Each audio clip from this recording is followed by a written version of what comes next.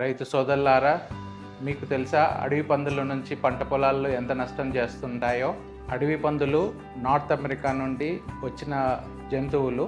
అవి మొత్తం ప్రపంచమంతా స్ప్రెడ్ అయిపోయి ఈరోజు మన భారతదేశంలో ప్రతి ఊర్లలో ఎక్కడైతే ఆహారం దొరుకుతుందో అక్కడికి అవి ఆవాసాలుగా ఏర్పరచుకొని అవి పంటను నాశనం చేయడానికి వస్తున్నాయి.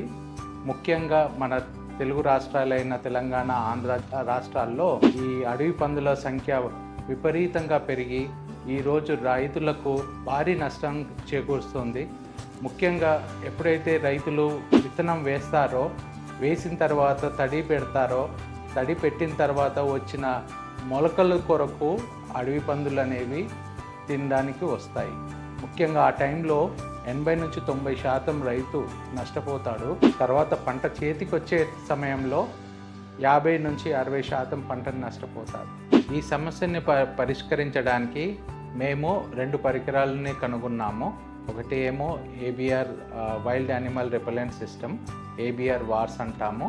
తర్వాత ఇంకొక పరికరం ABR సోలార్ ఎనర్జైజర్. మరిన్ని వివరాల కొరకు కిందున్న నంబర్ని సంప్రదించండి. నమస్తే.